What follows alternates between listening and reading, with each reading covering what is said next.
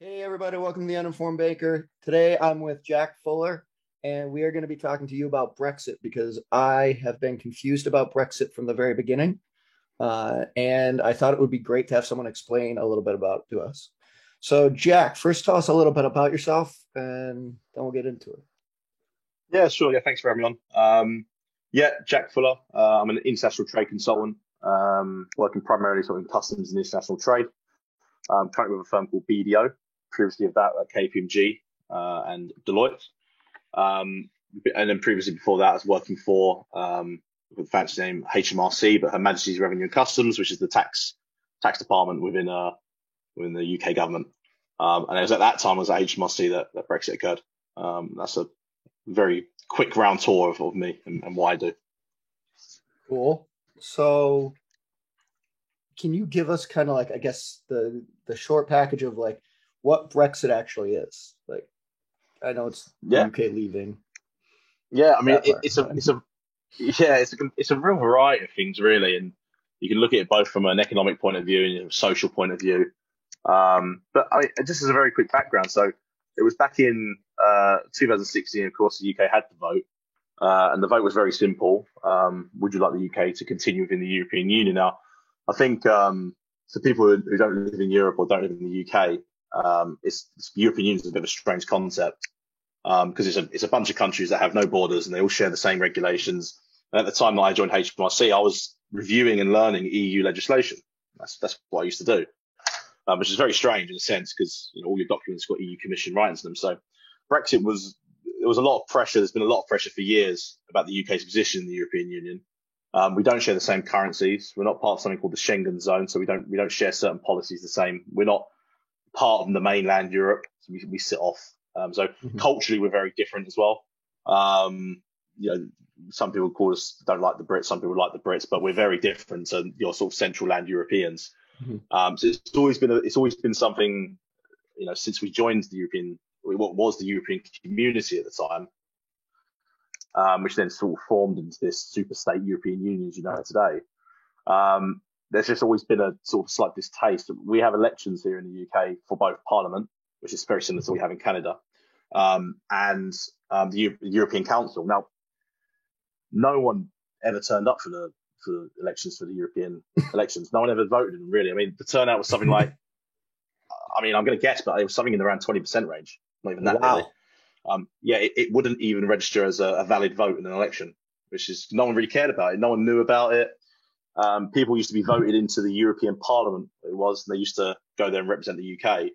But in real case, the UK didn't have much power in the European Union. In a sense, we got quite a lot of voting power, but the problem, the way it worked, is that our priorities never went ahead because again, we're not centrally European. Germany, France, Italy, Spain would all Yeah. vote together on a lot of issues, and nothing ever really went the UK's way in the EU. So that was building for quite a long time. At the time, there was a party called UKIP. Um, what I would say is and really interesting when it comes to US politics, but the very early days of this sort of pseudo right wing um, sort of look at the world, sort of your Trump-esque sort of look at the world, and that sort Mhm. of way you view things in the world. And it was something called UKIP, and you may have come across someone called Nigel Farage. Trump was actually invited him on stage for a couple of events. Mhm. Um, and he led this. He's been doing this for 20, 30 years. UKIP has been around since I was a kid. It's not Mhm. like it came out of nowhere. And they just built more and more momentum. They started winning the European elections, but because no one turned out to vote, no one ever voted against them. It was only the people who really didn't like the European that started voting. So Mhm. that started coming through, and then you can find all these funny videos of Nigel Farage berating the European Parliament and calling people wet rags and all these British insults. And he become a star, really. He become he was never an MP. He's never a politician, but he did lead the UKIP party in the European Parliament. So he was never a parliamentarian. He never entered the House chambers. Mhm. Um, he became extremely popular. David Cameron at the time was the Conservative PM.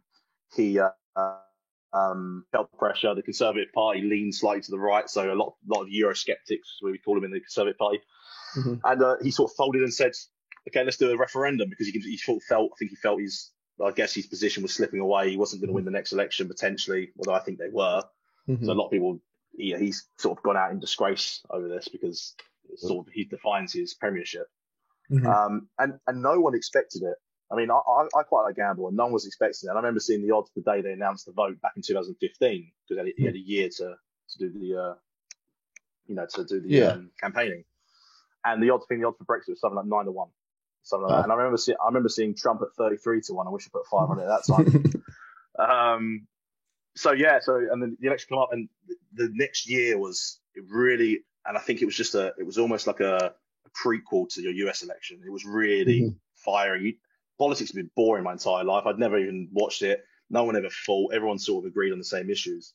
And Brexit really just tore people, like families completely disagreed. It's a bit the same like Trump, really. You had families, you'd start to hate people because they didn't like certain ways, just over Brexit.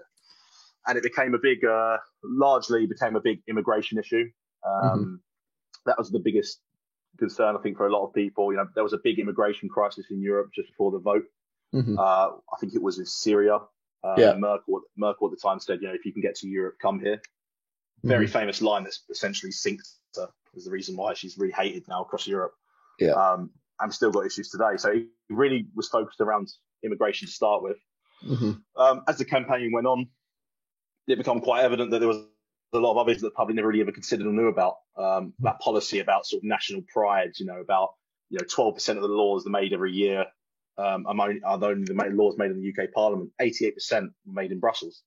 Oh wow! And it was this. So it became a very emotive campaign. Nigel Farage led some parts of it, but again, he's not an MP politician, so he wasn't mainstream. The Conservatives and the government actually started spending taxpayers' money convincing the population not to vote, which sort of made people go, well, okay, I'm not listening to you. You're sending leaflets through my door, and you're not supposed to be doing that with my tax money.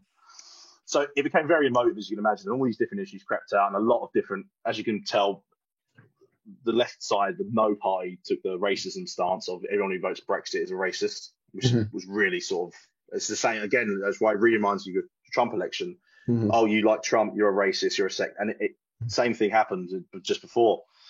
And those who, voted yes were very quiet, silent majority, because again, the loud people in the room and the loud minority really was loud during Brexit. And then you had the silent majority. Definitely. And then that's fine. You can interrupt me whenever you want. Honestly, I'm very used to it in my line of work. But and that was it. Really, it was a very silent majority. I stayed up the whole time. I was working in government at the time, not actually within government, but within HMRC, and no one expected it. The night before, it was not in the cards. The predictions at the time very similar to your 94% Hillary Clinton, and the night before in the Washington Post, wherever it was. I think Brexit was something like a 6% chance, something like that. And actually, in the end, come to the morning, it became very evident about an hour in after we started counting the votes that this is not going the way they wanted. A little town up north, very big, up north called Sunderland was the very first one to announce. That's expected to go quite large. It's supposed to be about 50-50, but expected to be Remain. And it came in big for Leave. And I think that's when people started realising that the working class was tired. The UK was tired. Very same issues, being shouted at and told at what this and that, you're this and that if you think this and that. And it was a very big divide. We had a lot of older, sort of middle-aged older people who worked in sort of working towns voting Leave, and you had a sort of metropolitan youngsters and people who live in cities voting Remain. And in the end, 2 million people voted more to leave, and we left the European Union. I say we left the European Union. We intended to leave back in 2016, and it took us 4 years to do it. Yeah. I was going to say, I thought there was like a revote at one point or something, and then I think the period between 2016 and 2020 is almost, I think, the craziest period for me in politics ever. Because you had the Trump elections going on, you had Brexit discussions going on, and what happened in the end is that you had pretty much the Conservatives at the time. David Cameron resigned over the matter. The next morning he resigned from being the Prime Minister, which is a massive thing. The Prime Ministers don't resign in the UK. That's not a thing, And following that, a woman called Theresa May was elected. That whole thing got me confused as well. Yeah. So in the UK, you vote in a party, not a person. So if the the Prime Minister steps down, there's not another election. Or there's not, for yourselves, it'd be a vice president. But in that case, the Conservative Party have an internal vote and they vote who's going to take over. Okay. And Theresa May won. Quite surprisingly, the Prime Minister there's a lot more detail you can go into, but the Prime Minister we have now, Boris Johnson, was about to run at the time and then got politically assassinated. Yeah, pushed aside, said no. Pushed aside by a couple of people in his party. But anyway, Theresa May took power. And she came out with this agenda. She said, we're going to get it done. We're going to sign Article 50, we called it, which basically means we're leaving the European Union, and here's a timeline we'll do it in. And Theresa May signed it and said there was a quite famous Chatham House. We called it and said, look, we're going to leave. We're going to find our own independent nation. And then after that, it became an absolute barnstorm because you had the entire left-hand side of politics became even further left-hand side. And a guy called Jeremy Corbyn, you may have heard of. I have. Sort of come and purely out of Brexit become this sort of wokeism sort of politics started to take over on the left in the UK, and then you only pushed people further to the right. The Conservatives and the middle ground was completely lost in the UK. I wouldn't say there was any middle ground party at all. So Theresa May, who's I would say a very middle ground politician, was sort of fighting. One, she had to fight all this attacks from the left, and she had to fight all the Eurosceptics on the right in her own party. And it just became an absolute nightmare in Parliament. They couldn't decide anything. When something's voted on, it has to have a majority. Then you have to find yourself having a 2/3 majority in Parliament. All the opposition's party coalition together against one ruling party. And it was a nightmare, absolute craziness. So Theresa May called another election. She said, we need to, because let's make sure UK, this is like what we want to do. To make sure this is how we can't go forward. Once Parliament's locked, they call it a dead Parliament. Nothing's going to happen. Everyone, you're there, we're here. Oh, we have that a lot in the US. Yeah, of course, yeah. But we do another election. And we call another election, and you go out and you say, look, this is what I'm going to do. If the people vote for it, then Parliament respects it, regardless what you campaign for. And that's what happened. And even more annoyingly, Theresa May lost her majority in Parliament, or she might have. No, I can't remember actually. She may have just had No, she didn't lose a majority. Sorry. No, she did. Sorry. Yeah, she lost a majority, and she had to. And this makes it all double complicated. And this is why Brexit is an absolute nightmare. But she lost a majority and had to. She had to sign up with what we call the DUP. Now, the DUP are the Democratic Unionist Party, Northern Ireland. They're the ruling party in Northern Ireland. Some quite conservative views, I would say. More conservative, most not too extreme. So they ruled Northern Ireland. And Northern Ireland itself is a whole different talk you can have. Massive political issues. Northern Ireland and Ireland have got some issues, and from a customs perspective and Brexit perspective, Northern Ireland is part of the UK and Ireland is part of the European Union. Well, I knew there were borders. Oh, I apologize. That's okay. I knew there was like some worries about Brexit in Ireland and Northern Ireland, and yeah, it was the fire. It was the in the final parts. It was something about trade and So the whole issue about Northern Ireland is that back in the, and I might slightly misrepresent this because this is before I was born, but in the 70s and 80s there was something called the Troubles, where essentially there was what we call the IRA, who were sort of, we defined them as terrorists. They were killing MPs and bombing hotels, and they tried to assassinate our prime minister at the time. And we were fighting them. And it was a religious thing. It was Protestants and Catholics. And in the end, Northern Ireland, it all got settled in the end for a peace deal, but Northern Ireland remained part of the UK, and Republic of Ireland became the Republic of Ireland. Now, of course, as part of that agreement, there was to be no restrictions on the border between the two. So, because obviously there's families that were separated by the border. So they said, and as Ireland has always operated, Northern Ireland in its existence, there's no borders, you travel to and fro. Now, that's once we left the European Union and we were trying to negotiate, and they went through years of negotiation, trying to sort of negotiate with these European bureaucrats was pretty much impossible, and they never gave you any room. Yeah, because they didn't like what you did anyways. You can't to figure out the issue and how to not have people move across borders but not be part of the European Union was finding it impossible. And this is from a trade perspective, and this is just where I sort of understand it from a trade perspective, is that essentially the European Union don't want to backdoor into their market. Now, the current setup it is now, and we call it the backstop, you may have heard that, is that the EU doesn't want an open door into the market. So once you've got a good in the European Union, what we call free circulation, you pay your duties, you pay your VAT, you can move anywhere in the entire European Union. So if you're in Ireland, you can fly your goods to Germany and they won't be checked. Well, they'll be checked from a security perspective, but you won't pay no tax or duty. Now, the issue that the European Union is going to say is that, okay, if you leave and you don't leave with an appropriate deal for the border, we're going to have to put borders up, because at the end of the day, any manufacturer with any brains about them would manufacture in the UK, which would probably take it away from the European Union, and they'd move their goods across the Northern Irish border and we can't tax them. And that's the whole issue. And the European Union was sort of concerned they're going to lose out on billions of revenue at the end of the day. But the UK were looking at it from more of a, well, Northern Ireland's part of the UK and you ain't taking them. It's not going back to Ireland. And they don't want to go back. You know, the Northern Irish are proud to be UK. They don't want to go back to Ireland. That's another political issue.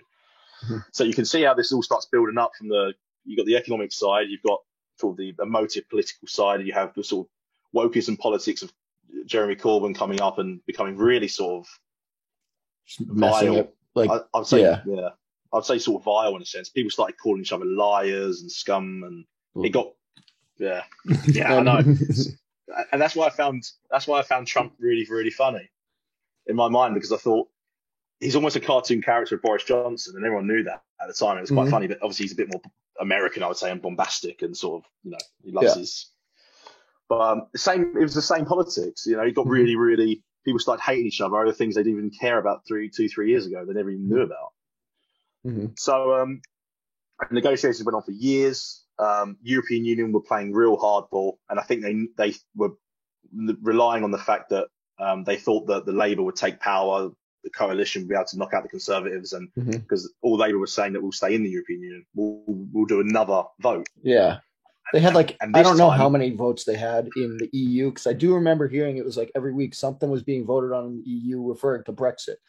And I didn't know if it was just economic things one after another, like, all right, we got to go over fisheries. So, I mean, that was a big thing, like fishing rights or something. And it was actually Margaret Thatcher. So this is the whole issue again, the European Union. So it's sort of come under the nose of the UK population, because the European Union was called the European Community, and it was a trading zone, nothing more. That was all it was. We trade goods and services. We won't put taxes and what we call VAT, I think you would call sales tax.